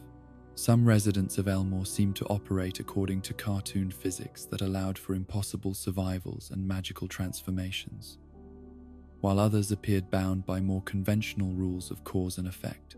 Yet all coexisted peacefully, their varied approaches to reality, creating a rich ecosystem where every form of existence could find its proper place and expression. The implications of living in an animated world with real consequences created philosophical paradoxes that the Wattersons navigated with remarkable grace and intuition. Their emotions were genuine despite being expressed through simplified forms. Their relationships carried real weight despite existing within a medium traditionally associated with fantasy and escapism. This contradiction between form and substance challenged conventional assumptions about the relationship between appearance and authenticity. The pain they experienced when separated from loved ones, the joy they felt in moments of connection and achievement, the growth they underwent through facing challenges and learning from mistakes. All of these experiences possessed a reality that transcended their animated medium. Their cartoon existence had not diminished the authenticity of their feelings, but had perhaps distilled them to their essential components, removing unnecessary complexity to reveal the pure emotional cause that drove all meaningful human experience. Rob's emergence as an antagonist who understood the nature of their reality represented a fascinating exploration of consciousness, purpose, and the responsibility that comes with metatextual awareness. Unlike the Wattersons, whose fourth wall consciousness emerged naturally from their lived experience, Rob had gained his understanding through trauma and displacement, his awareness born of pain rather than wonder. This difference in the source of their metacognitive abilities created fundamentally different relationships with their fictional status. where the Wattersons used their occasional awareness of their story-like existence to deepen their appreciation for the relationships and experiences they shared. Rob's knowledge had become a source of bitterness and resentment. His understanding of their animated nature had led him to conclude that their lives lacked meaning or value, that their emotions were somehow less real because of the medium through which they were expressed. This nihilistic interpretation of their shared condition made him a tragic figure, whose antagonism arose not from evil intent, but from philosophical despair. The void that existed as a repository for forgotten characters and discontinued storylines represented one of the most haunting concepts in the Watterson universe, a realm where beings who had once possessed full reality could find themselves erased from existence through narrative oversight or creative abandonment. The existence of this liminal space raised profound questions about the nature of identity, memory, and the forces that determined who deserved to continue existing within the bounds of their world. Those unfortunate souls who had fallen through the cracks of reality into this non-space experienced a form of existential horror that challenged every assumption about the permanence of identity and the security of existence. To be forgotten was not merely to be ignored, but to face the gradual dissolution of everything that had once defined them as unique individuals. The void served as a reminder that even in a world where impossible things happened regularly, there were still forms of loss and dissolution that could threaten the very foundations of being. Yet the existence of characters like Rob, who had managed to escape from this narrative purgatory, suggested that even the most complete forms of forgetting were not necessarily permanent. Through sheer force of will and desperate determination, it was possible to claw one's way back to relevance and recognition, though the cost of such resurrection often involved fundamental changes to one's nature and purpose. The time paradoxes and alternate realities that occasionally intersected with the Wattersons' daily existence revealed the malleable nature of their universe, where causality operated more as a gentle suggestion than an iron law. These temporal anomalies created opportunities for learning and growth that extended far beyond their immediate circumstances, allowing characters to witness alternate versions of themselves and explore the paths not taken in their own development. The philosophical implications of these parallel existences challenged traditional notions of identity and free will. If there existed countless versions of themselves making different choices and experiencing different outcomes, what made their particular version of events more real or meaningful than any other? The answer seemed to lie not in objective measures of significance, but in the subjective reality of their lived experience and the depth of the connections they had forged with each other.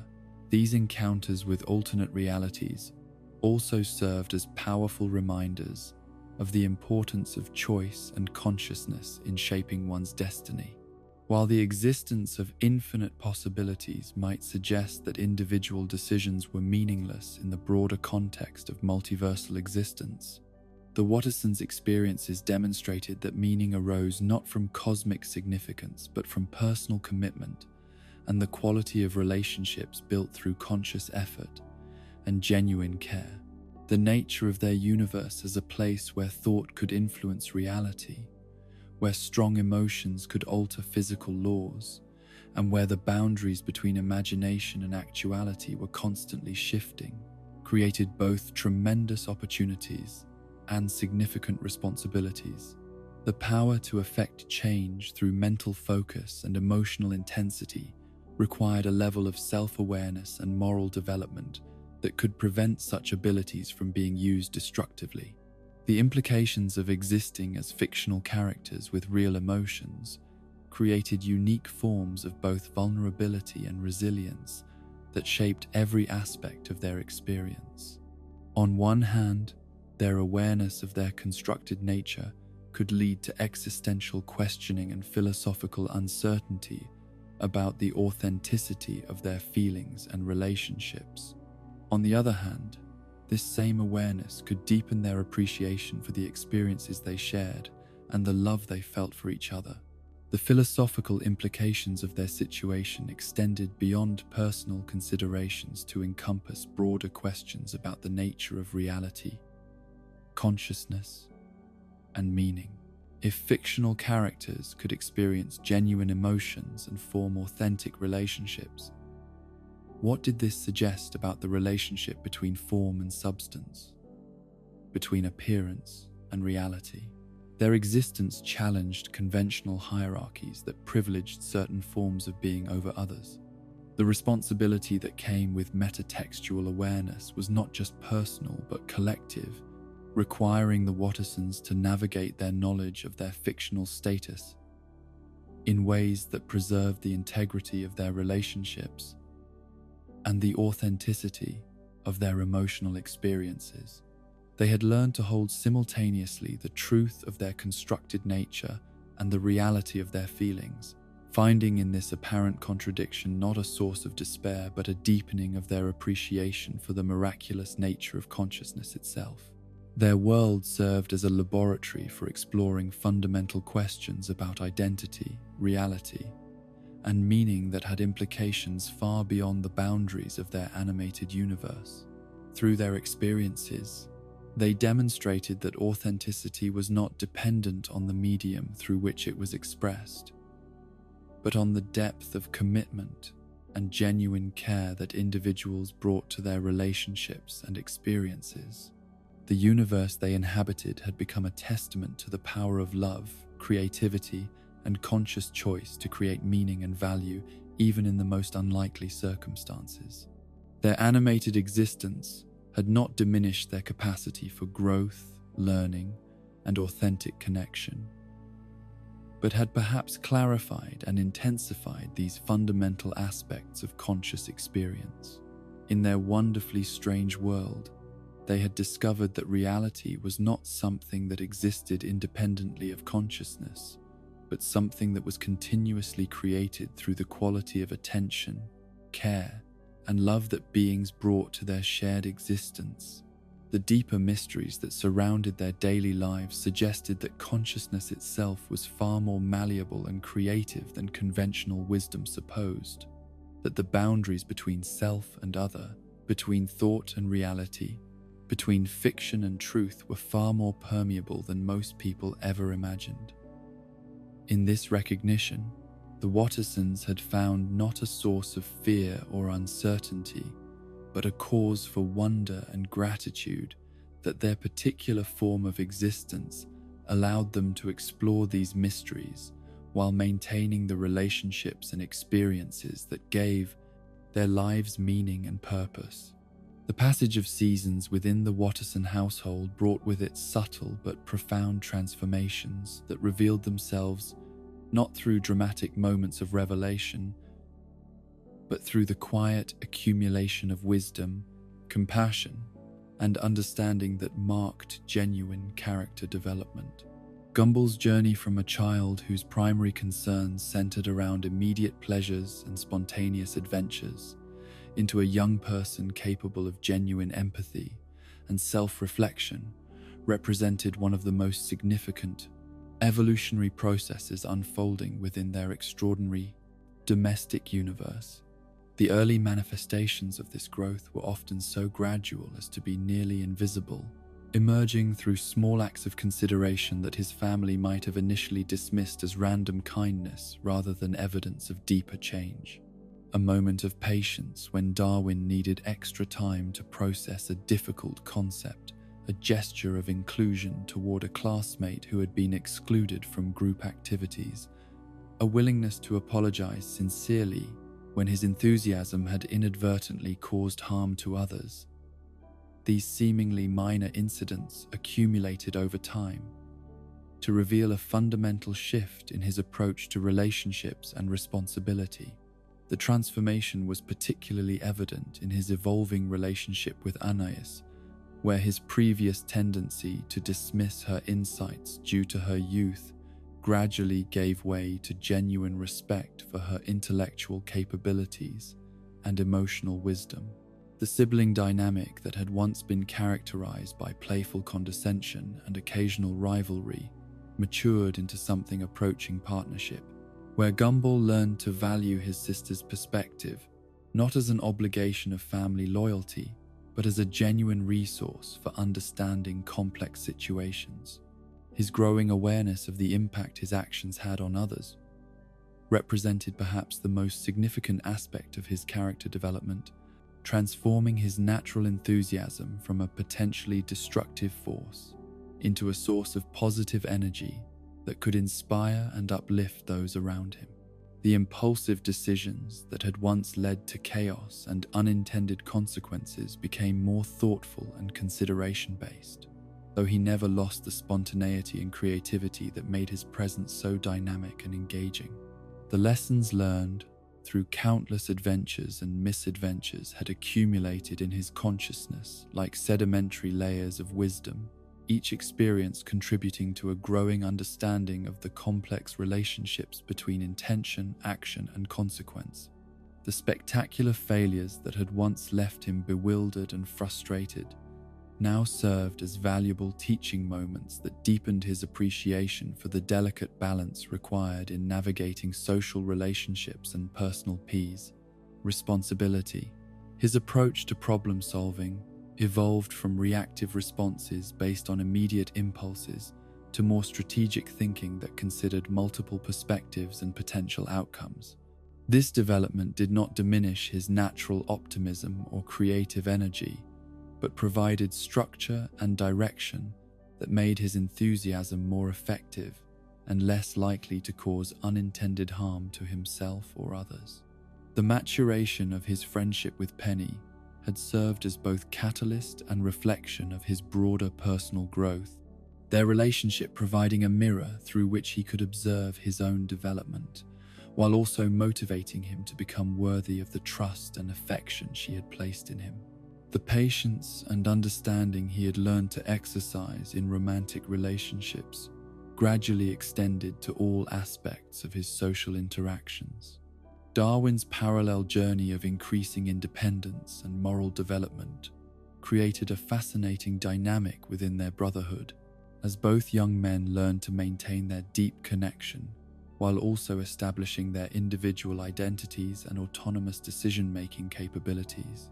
The codependency that had characterized their earlier relationship gradually evolved into a mature interdependence that honored both their shared history and their individual growth trajectories.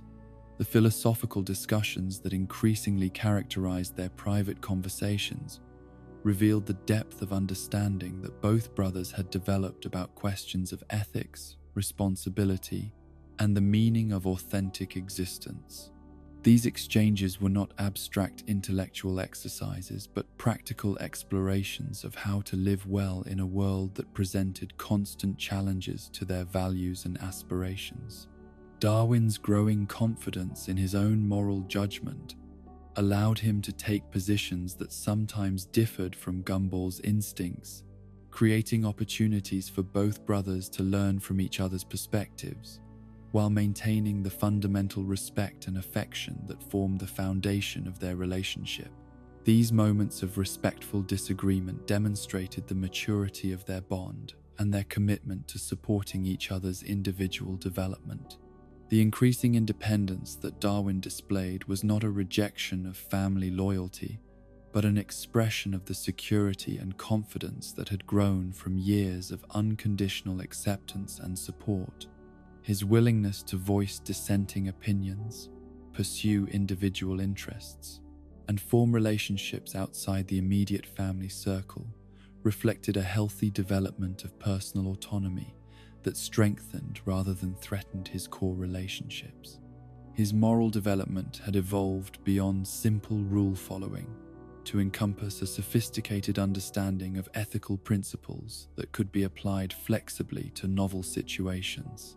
The rigid thinking that sometimes characterized childhood moral reasoning had given way to a more nuanced approach that considered context, motivation, and consequence in making ethical decisions.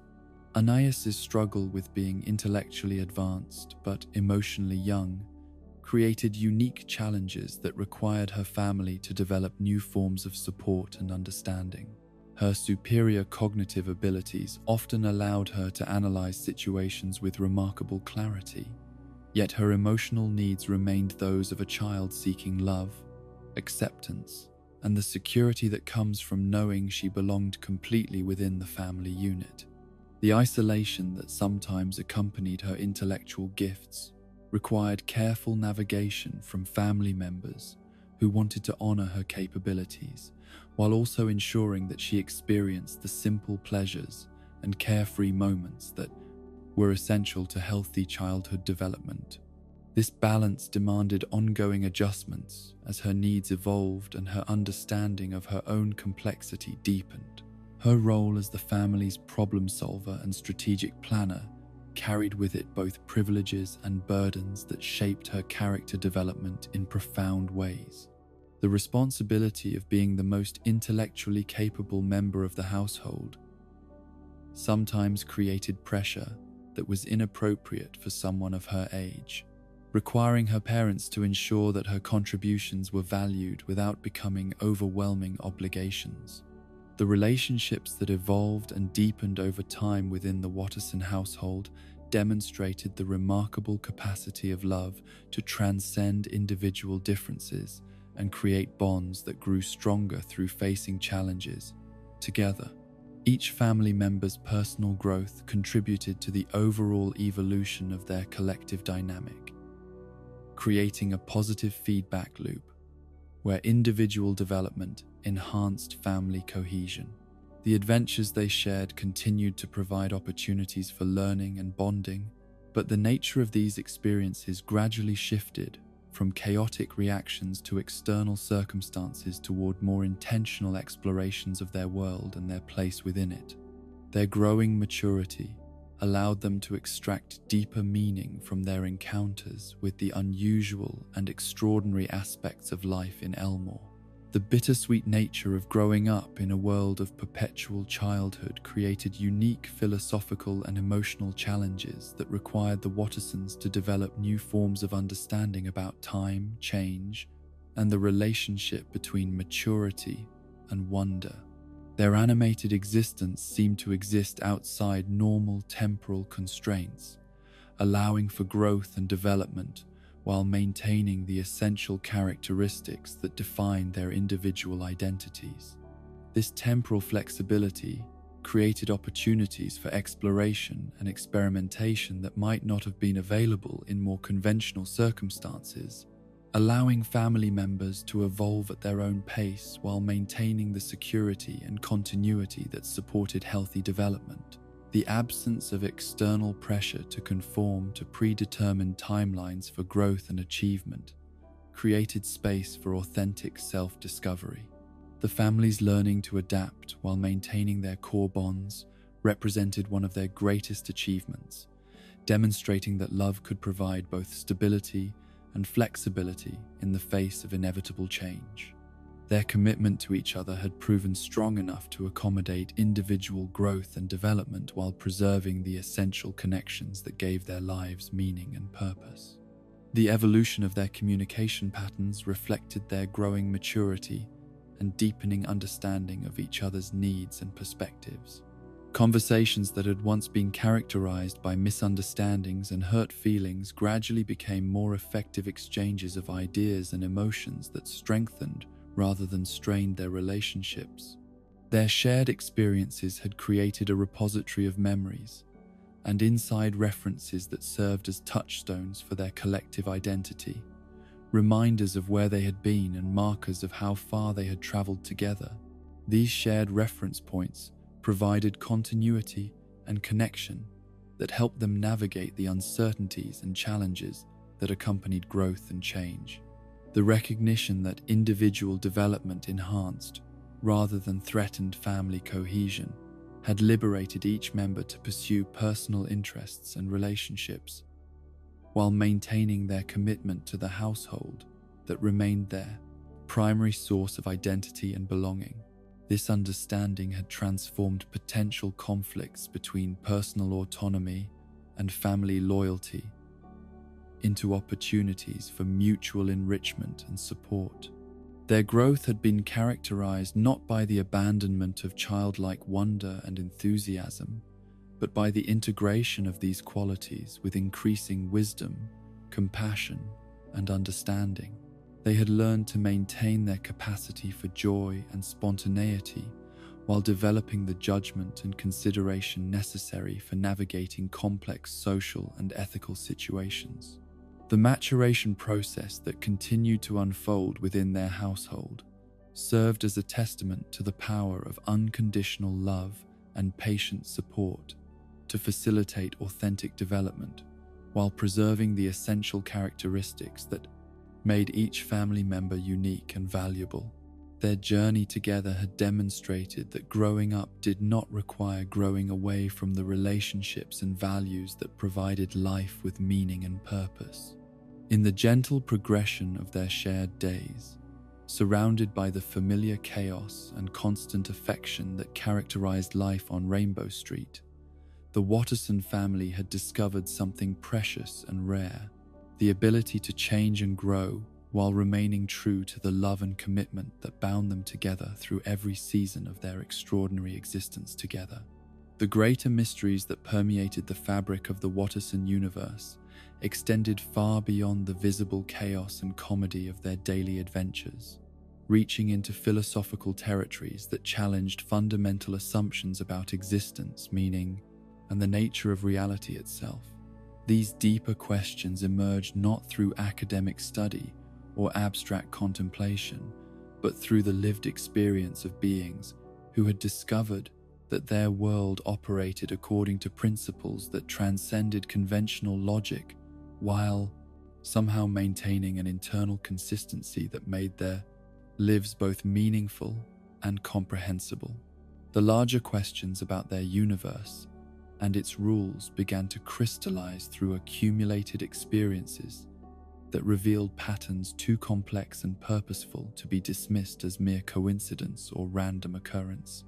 The way impossible things happened with reliable regularity suggested the operation of underlying forces that governed their reality according to principles that were both alien to normal physical laws and yet perfectly suited to supporting the particular forms of consciousness and relationship that flourished within their animated existence.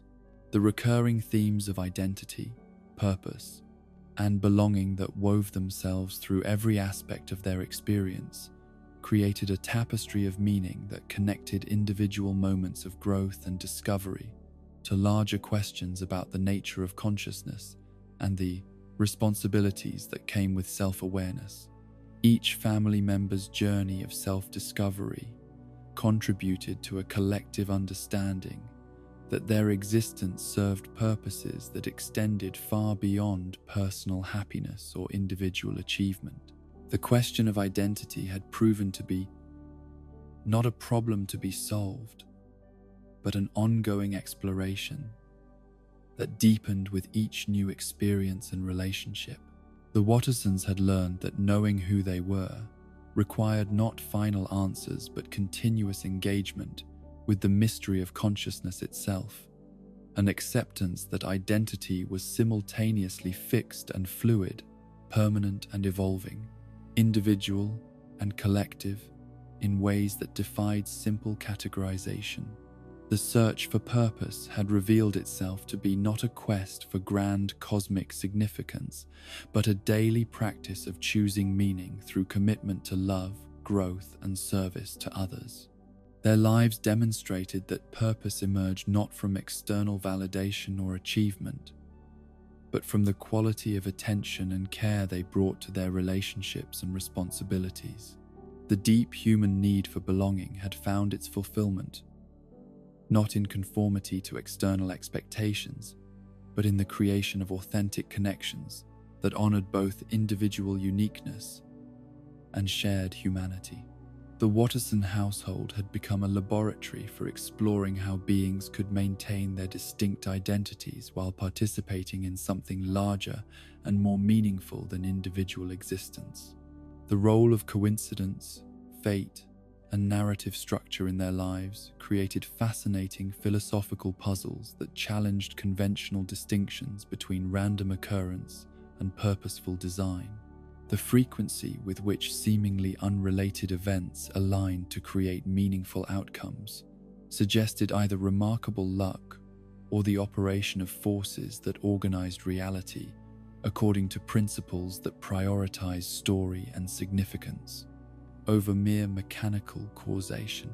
These mysterious alignments often occurred at moments when family members most needed guidance, support, or opportunities for growth, creating patterns that felt both natural and magical, inevitable and surprising. The experiences accumulated over years of shared adventures had taught them to trust in the benevolent nature of these forces, while maintaining their own agency and responsibility for the choices they made in response to the opportunities presented to them. The balance between accepting mysterious help and maintaining personal responsibility had become one of the defining characteristics of their approach to life, allowing them to remain open to unexpected assistance while never abandoning their commitment to ethical action and conscious choice. This balance required ongoing calibration as they learned to distinguish between genuine guidance and mere wishful thinking. Their adventures served as more than entertainment or personal growth experiences, but as explorations of universal human themes that transcended the particular circumstances of their animated existence.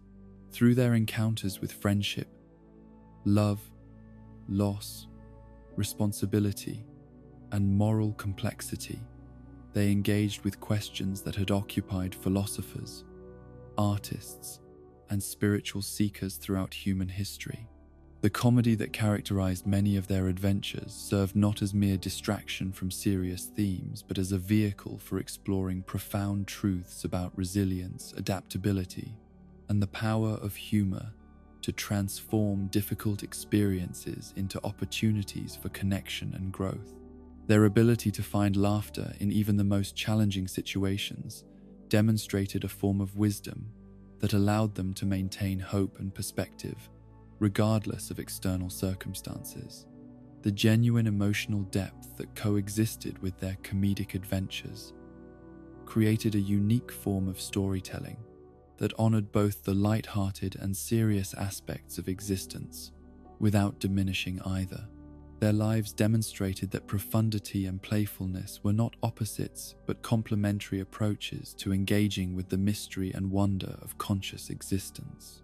The reflection of universal human experiences through their particular adventures created bridges of understanding that connected their animated world to broader truths about growth, relationship, and the search for meaning that characterize conscious beings everywhere. Their struggles with identity, their discoveries about love, their journeys toward maturity echoed patterns that transcended the boundaries of their fictional universe. The family dynamics they had developed provided models for how different personalities and perspectives could coexist harmoniously while maintaining individual integrity and supporting collective well-being. Their success in creating a household where diversity was celebrated, rather than merely tolerated, offered insights into the possibilities for broader social harmony and understanding. The moral education that emerged from their shared experiences demonstrated that ethical development occurred not through abstract instruction, but through concrete practice in navigating real relationships and genuine responsibilities. Their growth in wisdom and compassion had been facilitated by opportunities to make mistakes, learn from consequences, and receive forgiveness and support as they worked to improve their choices and behaviors.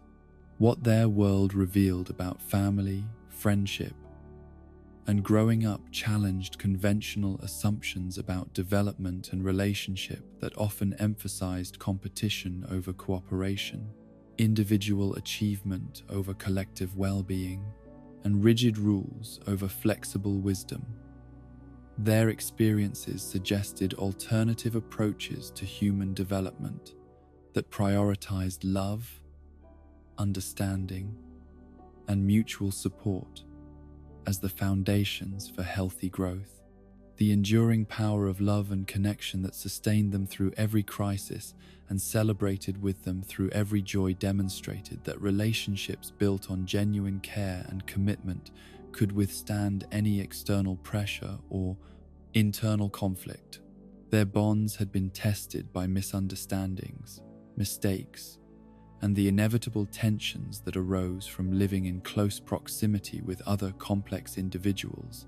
Yet these challenges had ultimately strengthened rather than weakened their connections. The cosmic implications of their existence as animated beings, capable of real emotion and authentic relationship, raised profound questions about the nature of consciousness, reality, and meaning that extended far beyond the boundaries of their particular universe. If fictional characters could experience genuine love, growth, and moral development, what did this suggest about the relationship between form and substance, between appearance and authenticity? Their lives served as a testament to the primacy of consciousness and relationship over material circumstances or conventional definitions of reality. The depth of their emotions, the authenticity of their growth, and the meaningfulness of their connections demonstrated that significance arose not from external validation, but from internal commitment to love and understanding. The philosophical framework that had emerged from their shared experiences emphasized the interconnectedness of all conscious beings, the importance of compassion and empathy in navigating complex relationships, and the recognition that growth and healing were ongoing processes that required patience, forgiveness, and mutual support. These insights had practical applications that extended far beyond their immediate household to influence their interactions with friends, neighbors, and the broader community of Elmore. The mystery that surrounded their existence had become not a source of anxiety or confusion, but a cause for wonder and gratitude, a reminder that consciousness itself was far more remarkable and mysterious than conventional wisdom suggested. Their animated existence had not diminished their capacity for authentic experience, but had perhaps clarified and intensified the essential elements of meaningful existence. The recognition that their world operated according to principles that prioritize story, relationship, and meaning over mere mechanical causation had taught them to live with openness to possibility while maintaining grounded commitment to ethical action and loving relationship. This balance between wonder and responsibility, between acceptance and agency, had become one of their greatest achievements and most valuable insights. In the end, the greater mysteries that surrounded their existence had led not to final answers, but to deeper appreciation for the ongoing adventure of consciousness, relationship, and growth that characterized their shared journey through time and space and story. Their lives had become both question and answer, both mystery and revelation, both individual adventure and universal truth about the extraordinary nature of love, family, and the courage required to remain open to the infinite possibilities that surrounded them in every moment of their wonderfully strange and perfectly authentic existence. The timeless quality that permeated every moment of the Watterson family's existence transcended the conventional boundaries between past, present, and future, creating an eternal now, where each day held the possibility of wonder, while building upon the accumulated wisdom of countless shared experiences. Their adventures possessed a cyclical nature that allowed familiar patterns to repeat while constantly revealing new depths of meaning, creating a sense of both security and perpetual discovery that characterized their approach to life in all its chaotic beauty. The stories they lived together had acquired a mythic quality that elevated ordinary suburban experiences into legends of love, loyalty, and the transformative power of family bonds that refused to be broken by any external pressure or internal conflict. Each adventure, whether it involved spectacular supernatural encounters or simple moments of domestic harmony, contributed to an ongoing narrative that celebrated the extraordinary potential hidden within apparently ordinary lives. Their adventures continued to unfold beyond any single episode or season of their existence, each new day bringing fresh opportunities to explore the infinite possibilities contained within their animated universe, while drawing upon the deep reservoirs of understanding and affection they had built through years of facing challenges together. The open-ended nature of their story reflected the open-ended nature of love itself, which never reached completion but continued to grow and evolve through conscious commitment and daily renewal. The lessons embedded within their chaotic but loving existence had accumulated like treasures in a vault of wisdom, each insight earned through direct experience and integrated into their collective understanding of how to live well in a world that presented constant surprises. These lessons were not abstract principles but lived truths that had been tested through trial and triumph, refined through mistake and forgiveness, and validated through their practical effectiveness in creating happiness and harmony. The education they received through their daily adventures surpassed anything that formal instruction could have provided, teaching them about courage through facing fears together, about compassion through supporting each other through difficulties, about resilience through recovering from failures and setbacks. Their curriculum was life itself, with each day offering new courses in subjects that no textbook could adequately address. Their understanding of friendship had deepened beyond simple companionship to encompass the recognition that true connection required both the willingness to be completely known and the commitment to love others regardless of their imperfections. The bonds they had forged with classmates, neighbors, and extended family members demonstrated the transformative power of relationships built on acceptance, honesty, and mutual support. The concept of success had been redefined through their experiences to emphasize the quality of relationships and the authenticity of personal growth rather than external achievements or social recognition. Their greatest victories were often invisible to outside observers, measured not in trophies or accolades, but in moments of understanding, acts of kindness, and the gradual development of wisdom and character. What made their family bond unbreakable despite constant trials was not the absence of conflict or disappointment, but their shared commitment to working through difficulties together, rather than allowing them to create permanent divisions. They had learned that love was not a feeling that either existed or did not exist, but a choice that required daily renewal and conscious commitment to each other's well-being. The strength of their connections had been forged through their willingness to remain present with each other, even during the most challenging moments, to offer forgiveness when it was needed, and to accept forgiveness when they had caused harm. This cycle of mistake and reconciliation had created bonds that were actually stronger than relationships that had never been tested, because they had proven their ability to survive and even benefit from difficulty. Their approach to conflict resolution had evolved from reactive responses based on hurt feelings to proactive communication that sought to understand underlying needs and find solutions that honored everyone's dignity. They had discovered that most problems could be solved when approached with patience, creativity, and genuine concern for each other's happiness and growth. The security they had created within their household provided each family member with the confidence to face external challenges and pursue individual interests, knowing that they always had a safe harbor to return to when the storms of life became overwhelming.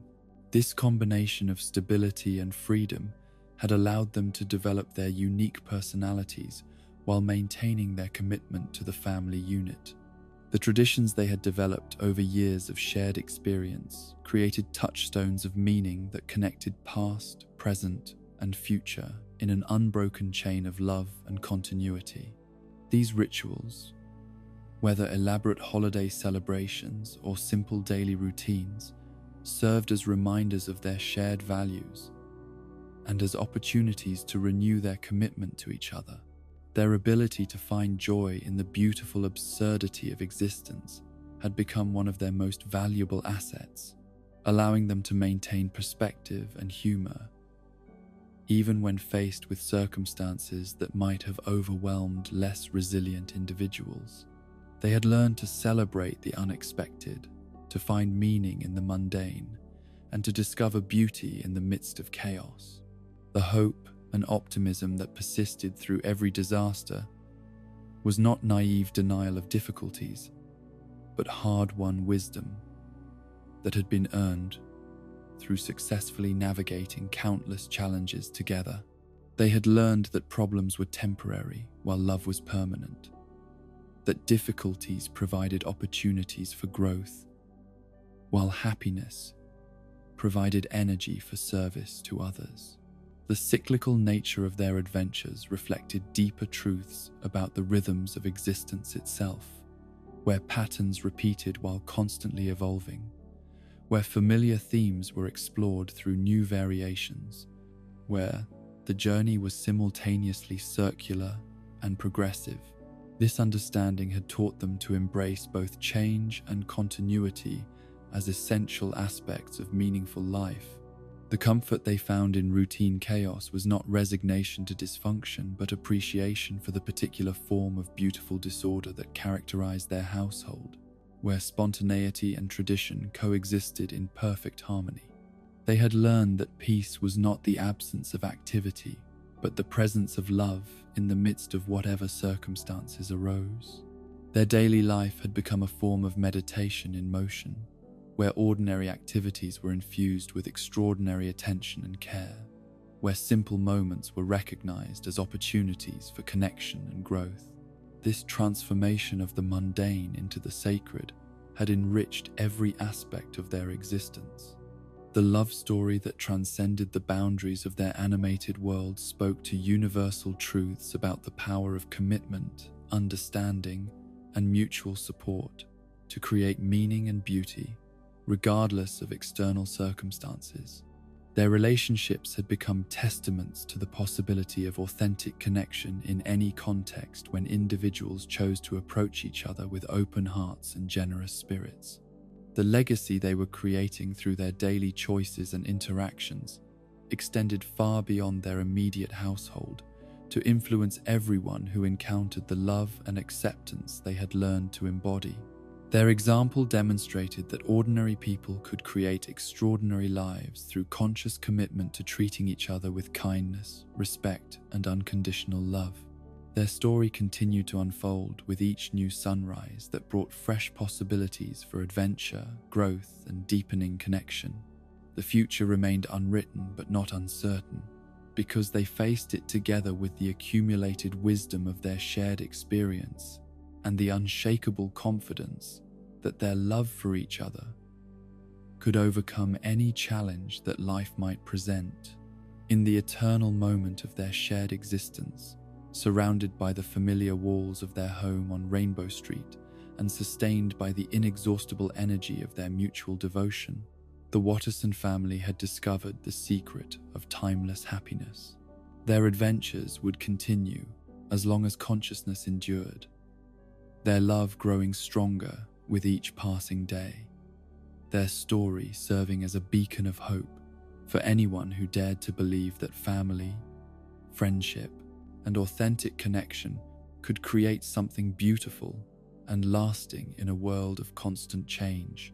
Their journey together had become both question and answer, both adventure and destination, both individual growth and collective celebration of the extraordinary possibilities that emerged when ordinary beings chose to love each other completely and without reservation. In their wonderfully chaotic household, they had found something precious and rare, a glimpse of what life could be when approached with courage, compassion, and an inexhaustible capacity for wonder at the beautiful mystery of existence itself.